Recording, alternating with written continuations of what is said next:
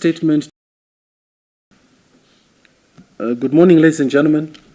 This is a press statement to address the recent requests that we've had for a number of residents' associations to do with the level of corruption that we are seeing within our local authorities. I would like to put it on record that as Harare Metropolitan Province, we have declared and continue to declare a zero-tolerance policy on lawlessness and corruption. And I would like to state it on the record as the Secretary for Provincial Affairs and Devolution that anyone found wanting will be arrested and prosecuted based on the respective laws that they would have breached. Strong action is going to be taken against local authorities that are defying the various laws and abusing their offices. I'll point in question two main cases that our office has requested for a probe to be initiated. It is with regret that we announce that in Chitungwiza we are going to be instituting a probe immediately into a resolution that has been passed by the local authority, the councilors, where the council is approved for graves to be given as allowances to councillors. A resolution was passed for City of Chitungwiza councillors for each councillor to be receiving 2 graves as an allowance per month, and onward they've been selling the graves for $500 to $600 respectively to mourners.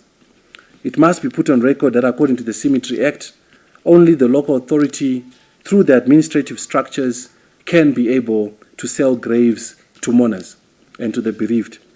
As it is currently, there are more graves being sold outside the system of council than those which need to be sold from the council. We are asking members of the public please not to approach councillors or any other middlemen for graves, and we have directed the municipality of Chitungwiza to ensure that graves are easily accessible by those who will be mourning and would like to acquire graves. To those who cannot afford graves, the policy on the Cemetery Act still applies that you approach the district offices and you apply for a free grave to those under social welfare, and those graves are constantly being approved by my office and the respective district offices. So as it is, we're going to be announcing a probe into this. We are going to be investigating as to the nature, but this is under the Criminal Codification Act from Section 171 to Section 174, where this is criminal abuse of office, where one tends to make decisions in their favor for monetary beneficiation. I have to take note that all 25 councillors are guilty of this, as they've all been receiving these allowances on graves. Apart from that, we also have the same situation in Harare City Council, where graves are being sold from within $300 to $800. Whilst several arrests have been done in the past, there's been a spirit of non-cooperation from the City of Harare, which has led to the failure of prosecution of staff members that CID would have arrested. With this in mind, again, members of the public are being urged that graves at Warren Hills and other places within the City of Harare are not to be sold through councillors or any other middlemen, but they should approach Roy and Martin and be able to pay for the graves in Zimbabwe dollars, in the local currency, as according to the budget which was approved by the Honourable Minister of Local Government and Public Works. As it is, again, would like to announce that for the City of Harare, we are almost complete the investigation team into the issue of city parking, and among other issues, they've been looking into the ownership, they've been looking into the equitable accountability of some of the monies that have been collected by city parking, and the justification for the high rates, and recommendations which will be passed to the Honourable Minister of State. So once that report has been done, it will be furnished with the members of the media so that the general public may be able to know. We also have a big issue with the City of Harare, where despite the Auditor General's report and the Parliamentary Committee's recommendations, the City of Harare is pressing on acquiring a system worth 57 million United States dollars as an enterprise resource planning ERP system and a billing system to that effect.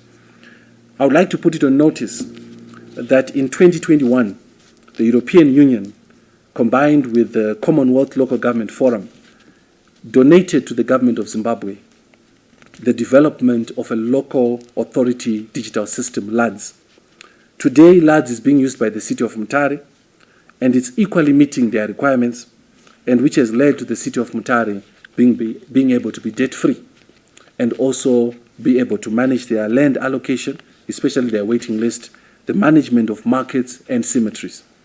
However, within Harare Metropolitan Province, since 2021, none of the local authorities have implemented the system, which costs less than $50,000 per local authority, including maintenance. So justification for acquiring a system of 57 million is not going to be happening under our watch.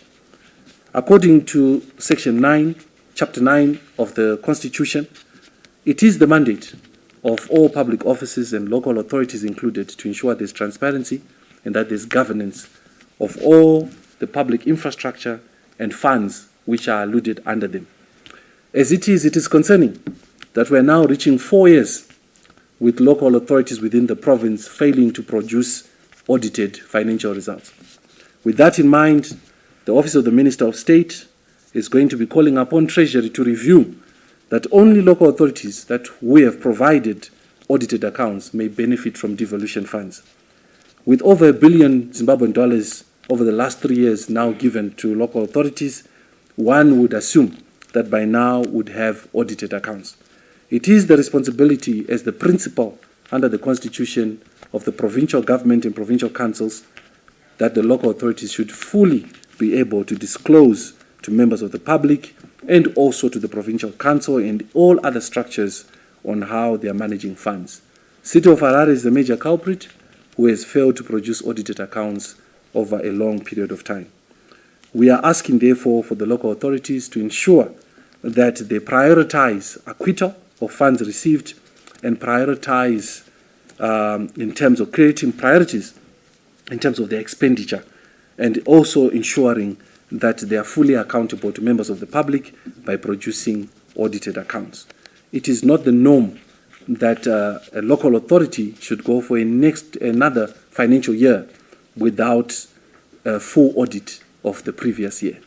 That being said, we'll continue to interrogate and encourage all politicians that as we go towards the elections, those who will be rerunning and those who are not, to ensure that we encourage them that due diligence and governance should be prioritized at all times. And this exciting looting or this exciting abuse of office where resolutions which are contradicting the Criminal Codification Act are passed remains a criminal act, and those who are found wanting will equally be arrested. Thank you. May I issue of reporting lies entirely, anyone can report a crime to ZAC, and an RRB, which is a case number, is immediately generated. From our case on the governance structure, we have to ensure that each time decisions are made, they are made within the best interest of the people and of the residents of that area. Apart from that, each time a full council meeting is held, all resolutions have to reflect on the various discussions that councillors have had with residents. So as it is currently, you'd find that whilst people are arrested, that remains to the courts. But as it is currently, the things like resolution being passed which benefit councillors, those are quite straightforward. That is criminal abuse of office, and that will be going before the courts, and likewise they'll be adjudicated and basically prosecuted where necessary. But as it is, the job of the police and ZRP is to continue ensuring advocacy for us to be having that. What I can also announce is in the next coming few days, we're going to be announcing the establishment of integrity committees. I'm sure to those who attended the ZAC announcement on integrity committees, which are already placed in other provinces, is to ensure that each local authority has got an integrity committee, which has got various tools that they use, which should be able to prevent or alert or advocate against corruption. But as it is, the first police or the first respondents to anti-corruption is the council itself. They are supposed to be there as the governing body. The council is like a board of directors. So as management do anything, they are the first who should also be able to raise these issues. But what we are seeing now is in reverse. We are seeing councillors actually making decisions against management recommendations, and that starts creating problems for us. Yes, that we are not informed about. And in this case, we are making this announcement because we know there are further efforts to even go in as far as payment terms. And the mayor himself has reported to us the current status where they are, and that's why we're raising now an investigation to say why are people continuously engaging these companies. But apart from that, why we're now doing an investigation, there are a number, whilst we have stopped it now, remember my statement is that we are investigating the issue. We have stopped it, but we're investigating. We're also investigating because the processes which were followed were contravening the Procurement Act. For example, some of the bidders provided flights, accommodation, allowances, which is against fair bidding practices. And the delegation which went, if you're not aware, actually traveled without cabinet authority. So that in itself also is another issue which needs to be tackled.